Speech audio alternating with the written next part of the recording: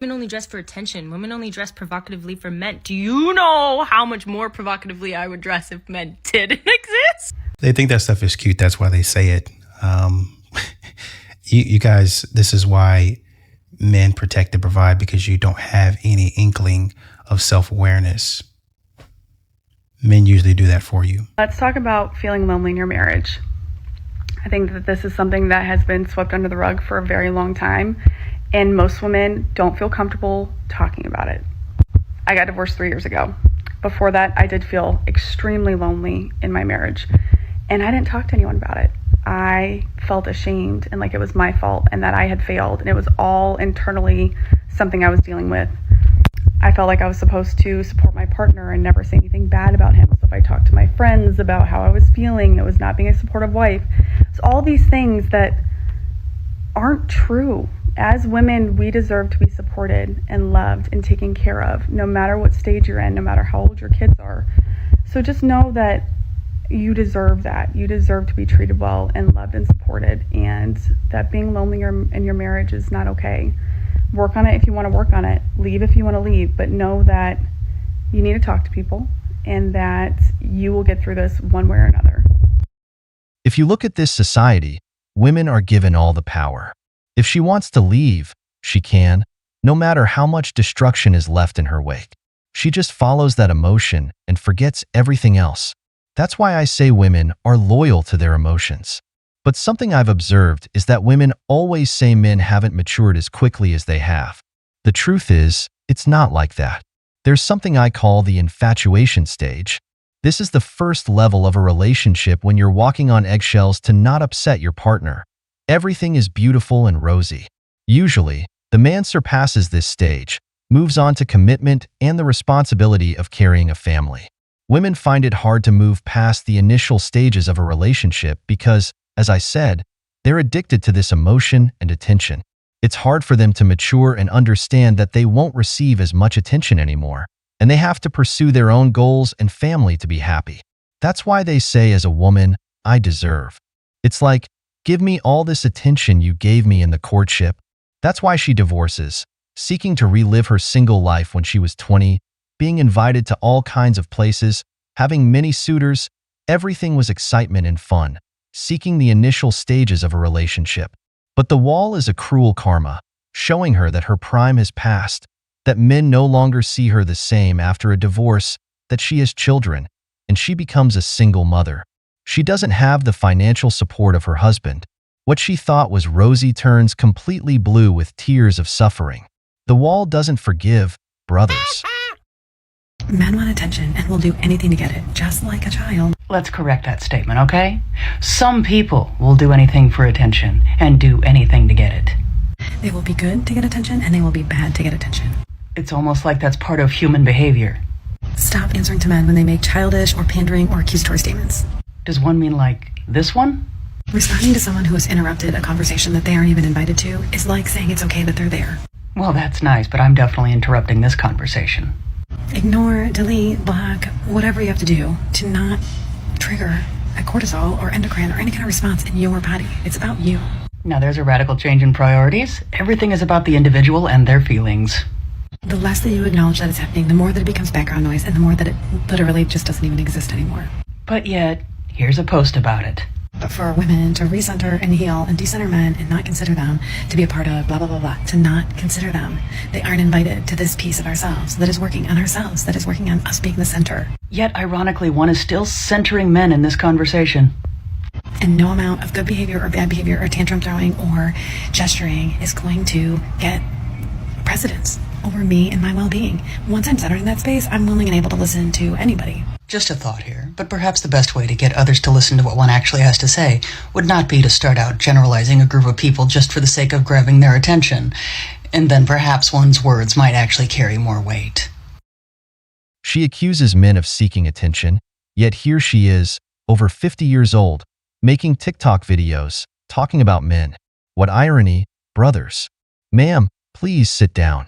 A woman should be taking care of grandchildren or go play with her cat because she's on the wall, and the wall doesn't forgive. Women always want to grab a man's attention by any means necessary. They need it, they crave it. No matter their age, They always want men to notice them. So when they can't grab a man's attention anymore, they start making videos to criticize them. It's the law of the mirror. They reflect their own deficiencies. This woman could talk about a good marriage, but since she doesn't have one, she prefers to tell women to ignore men, not to give them attention. In short, she wants to spread her misery. That's why I told you, the wall doesn't forgive. My marriage failed in my 20s, and I want to give y'all some advice if you've never been married before. My marriage failed for a lot of reasons, but I think this is my biggest downfall. I never thought through what kind of husband I wanted. Which probably sounds dumb, but I didn't think it through, and now that I'm divorced, I have a list of the traits I want my future husband to have. I spelled it all out because I'm not settling. I'm gonna share with y'all what I wrote so that you can go make your own list. Because even if you got a great boyfriend, you need to think these things through. I was dating my ex for 3 years before we got married. I never made a list. I loved him, and that was enough for me. Stupid. You need a list. This list isn't what you want them to look like or anything like that. It's the traits you want them to have, like what type of person you want them to be. I literally wrote out things I want in a husband. I never shared this before because I didn't want men to form themselves to what I want, but I have a boyfriend that's made me add to the list now, so it's okay if I share it. Don't be sharing your list with these men though. All right, things I want in a husband.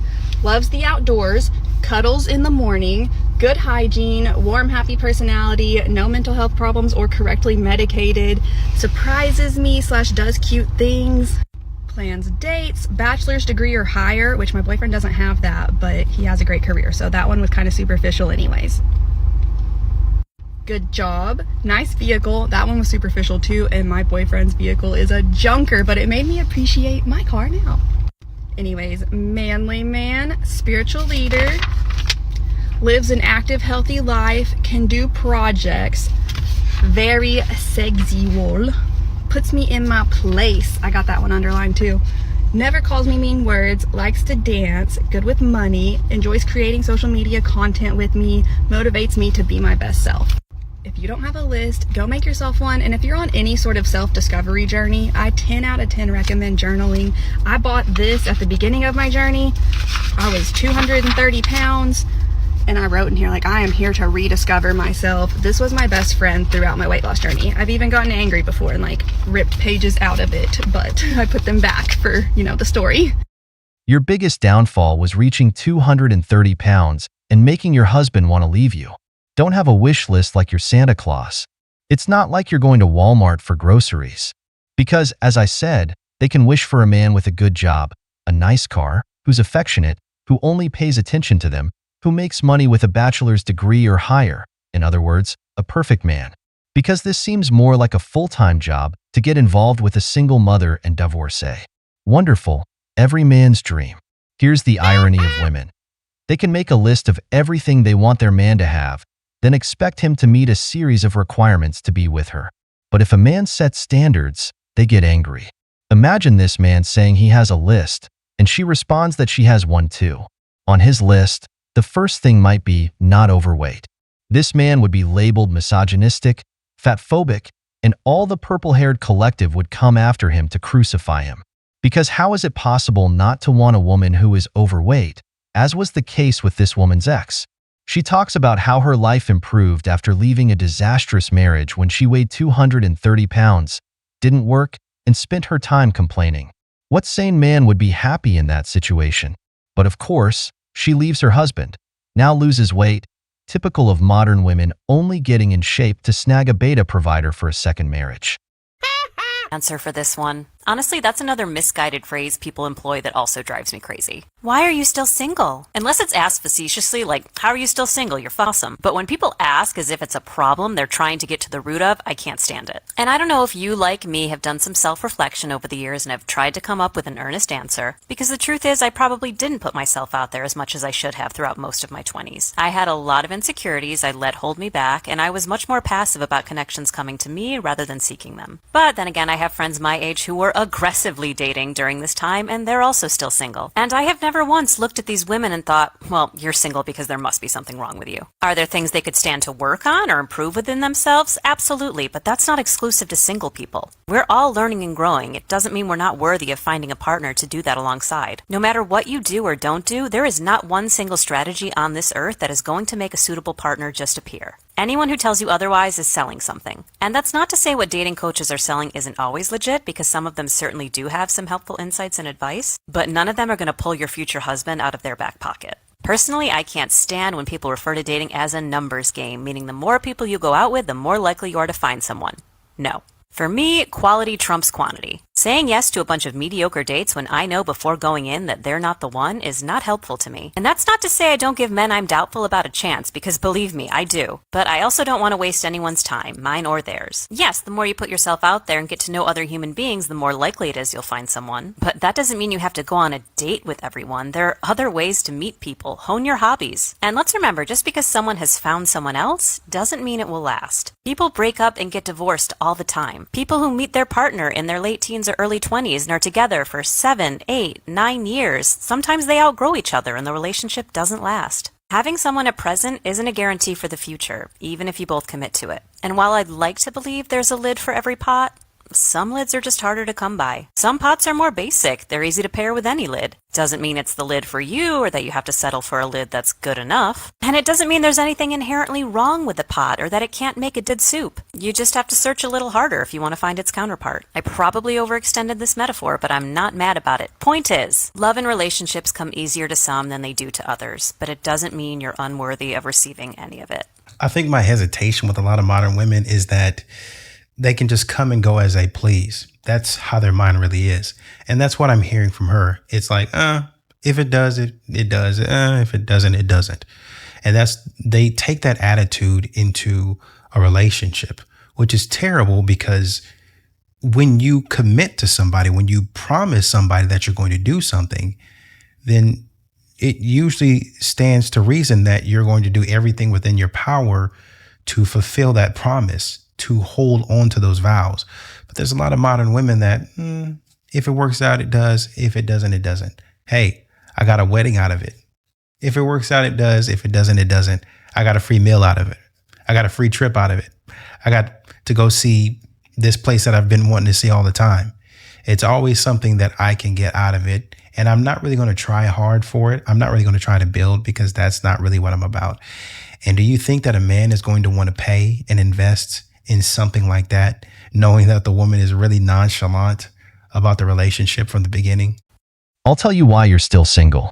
It's because of that stupid idea that something better will always come along. Most women, if not all, have suitors, men who would be very willing to have a relationship, because there are plenty of single men out there. But they still want a winner, because none of them want to be the woman of the process. What do I mean by this? In the past, a woman would date an average man, and they would both build together, coming from the bottom and adjusting over time. Nowadays, they don't want to be the woman of the process.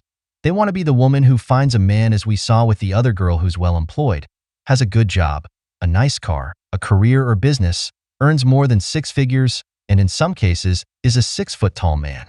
Do you really know how many men can meet such standards? A minority. That's why they're annoyed when asked, and when someone wants to keep investigating, because they're attractive women and because there are many single men, yet they can't seem to find one. They'll always say, I have to work on myself. I'm the one holding myself back, not you.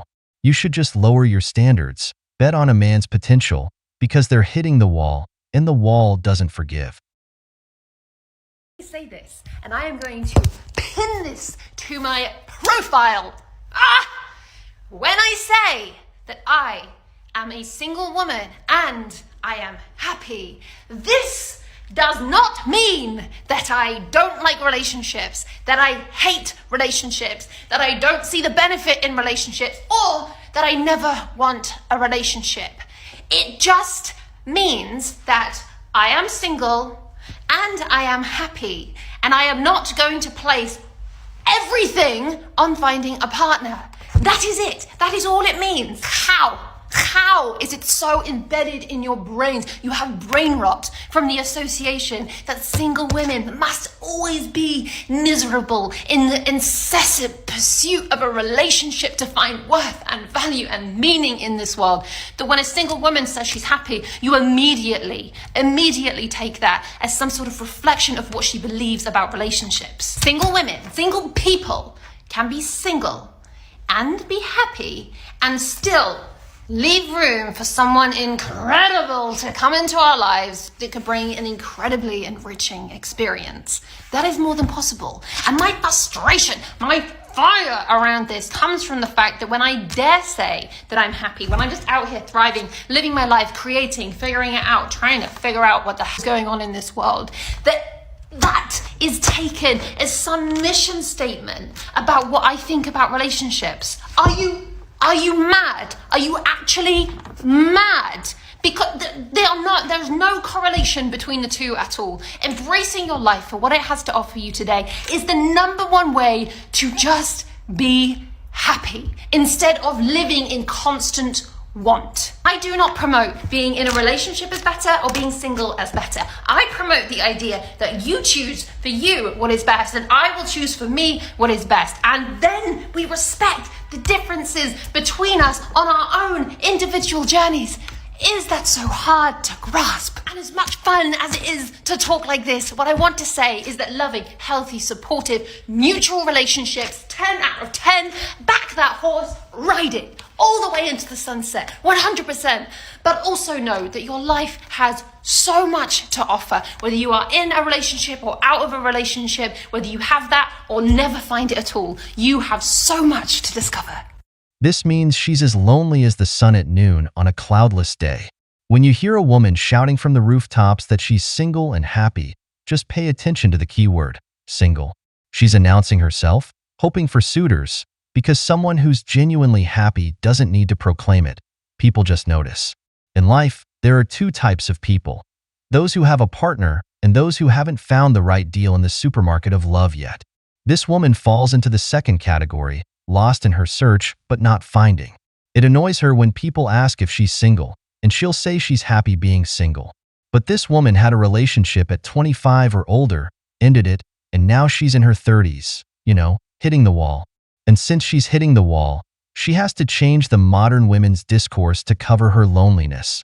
I'm happily single, but it's been several years now, and that happiness doesn't seem to end, or no one sticks around. But as she says, she still has much to discover. Let's hope she doesn't realize too late that she's hit the wall, because the wall doesn't forgive.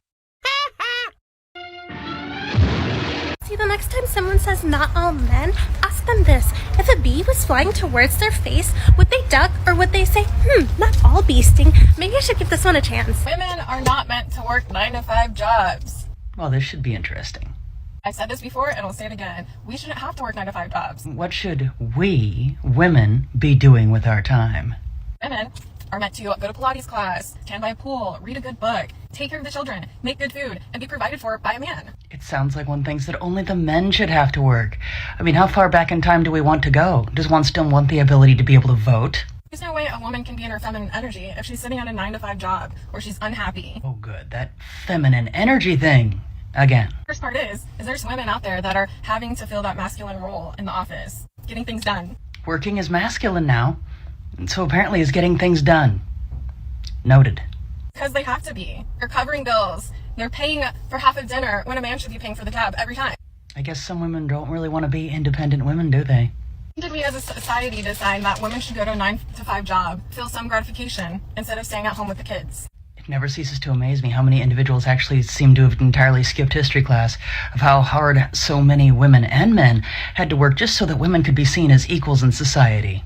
If a woman wants to work part-time so she can spend more time with her kids at home, she should be able to do that. And don't get me wrong, if you want to work a 9-to-5 job, you go do that. But I'm just saying, women shouldn't have to. Well then, in the spirit of equality, I guess that means that men shouldn't have to work either. But let's see how well that'll go for society when everybody is so entitled that they don't think that they have to work. This confirms that what women like is to be supported. Of course, many of these women don't want a traditional life. They want a sponsor. Listen to her saying, "Go to Pilates. That's my feminine energy. Let a man pay my bills." Of course. And what do you offer this man? That's why the soft guy movement drizzles, it will become increasingly popular among men because they don't see themselves as a wallet or ATM. You fought for equality, you complained about men's protection, you asked for more rights to step out of your husband's shadow. Well, endure the pressure of having to work like every man to make a living. It's that the modern woman doesn't understand that being a man is going through life in hard mode. A man is not unconditionally loved. A man is only worth what he can offer. This is what society hasn't always said like this. So, welcome to the equality you wanted, where everyone has to work to support themselves. Drizzle. I can remember when I told my ex-husband I wanted a divorce. It was December 2019, and he was completely shocked, completely caught off guard, like dumbfounded, devastated, everything else. But the month before that, November of 2019, I remember very clearly having yet another talk with him about how unhappy I was. But this particular conversation, he was in his man cave room playing video games, which was like his favorite activity. And I go walking in and I tell him, like, I really want to talk about our marriage. Like, I'm not happy. It feels like we're roommates at this point and I don't really have a partner, blah, blah, blah. This man was wearing his headphones because he was playing with a friend and they like talked to each other. He didn't even take his headphones off. He just pulled it off his right ear. This is almost 4 years ago now. I can still remember he pulled it off his right ear and he didn't pause the game or stop playing. He continued to play a video game while his wife was standing in front of him, telling him how unhappy she was in the marriage. And I remember when he said to me something about like marriage being forever and whatever, and I said to him, well, maybe some marriages aren't meant to last.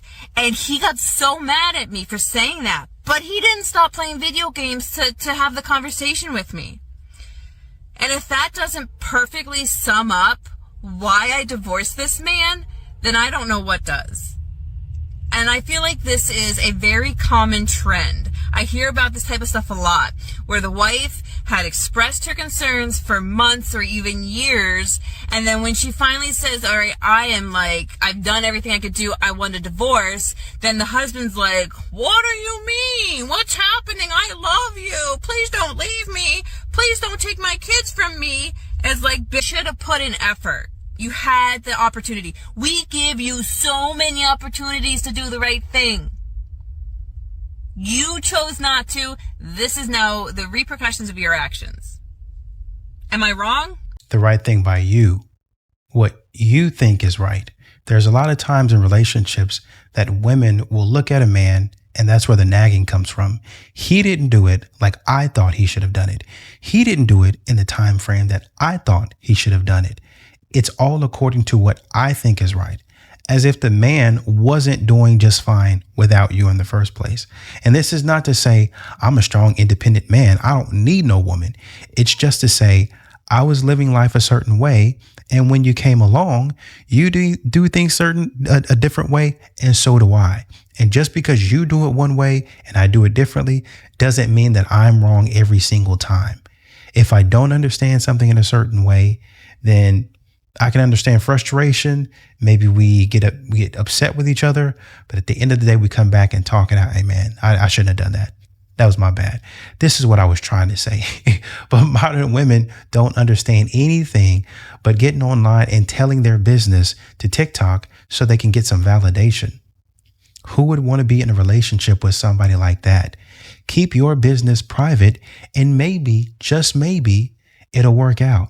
But you don't want anything to work out unless it's according to what you want. Modern women logic.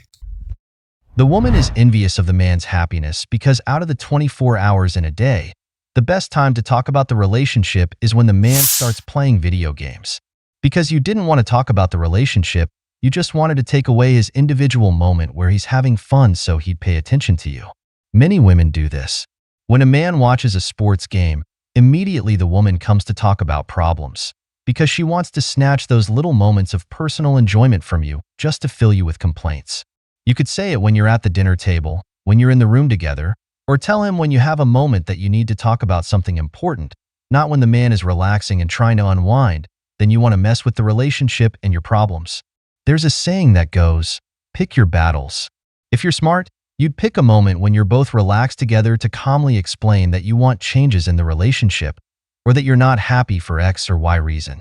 They want to keep things to themselves, and only when they want to leave the relationship, that's when they come to unload their complaints, because they never think, this man has family debts to pay, this man is stressed from work, he might be depressed. They never think that us men can have individual problems. What matters is only how you feel. I tell you, women always envy men's happiness. I just saw my ex on a dating app and oh my god, the lies he put on it. When I first saw it, my heart dropped. I was like, oh shit. And then I was fine because it was just way too hilarious to not laugh at. Half of the pictures I took, and then all of the prompts were a lie. Like, he was like, I'm tall and rich. I'm like, you're neither of those. I just thought it was funny, but it's so nice to like get that behind me. Like, you know, like the things that you kind of are nervous for, like you're nervous for running into them in public, you're nervous for seeing them on a dating app or whatever, and it's like that happened and that wasn't even bad, and I feel great. Anyway, it's just so funny. I don't know if it's gonna hit me later that I saw that and I'll be sad, but I don't think so. That's also a big red flag. If people are lying on the dating app, like, run. Like, they are just liars and they will not change. Run. What bothers you is that he quickly moved on from you, making you feel like you weren't as special in his life as you thought you were. Remember, women always want to be special in a man's life, and they all want to see their exes worse off than when they left them, but seeing him doing better than you gave your heart a twist. Something I like about the Chad, a man who brings nothing to the table except his seed, is that these men never go down in flames when they leave a relationship. Don't get me wrong, everyone grieves in their own way, but crying to a woman when she leaves you never yields results. If she leaves you, go no contact immediately, disappear from her life as if the earth swallowed you. Hit the gym, and the next month, at least get on dating apps, even if it's just to chat with someone and not lose the skill of talking to women. Believe me, she'll be keeping an eye on you, wanting to know what's become of your life. She'll search for you. This same girl talks about her ex, but she doesn't mention that she's also looking for a replacement because finding him on a dating app means you're there too. What a double standard women have. What hurt your ego is that he's already moved on, that his description, the one you noticed, will bring him a better woman than you. Brothers, just like the Chad, that's a low blow. Men are losing their mind over a recent video that I made explaining how you leaving a good guy doesn't make you a bad person. Your spouse doesn't have to be abusive in order for your feelings of wanting to leave to be valid. There are dozens of reasons why marriages fall apart, and a lot of them have nothing to do with somebody being a bad person. Here are some examples. Financial problems, growing apart, communication issues, addiction, too much arguing, lack of emotional or physical intimacy, one spouse just isn't carrying their weight in the marriage. Maybe you married too young or for the wrong reasons. Opposing values or lack of shared interests. Or maybe you just live like platonic roommates. Those are all very common reasons for divorce. And it doesn't make you or your spouse a bad person. Anxiety, uncertainty, and instability are always your best allies. A relationship ends in different ways. That's why I tell you, being a good man is no longer enough.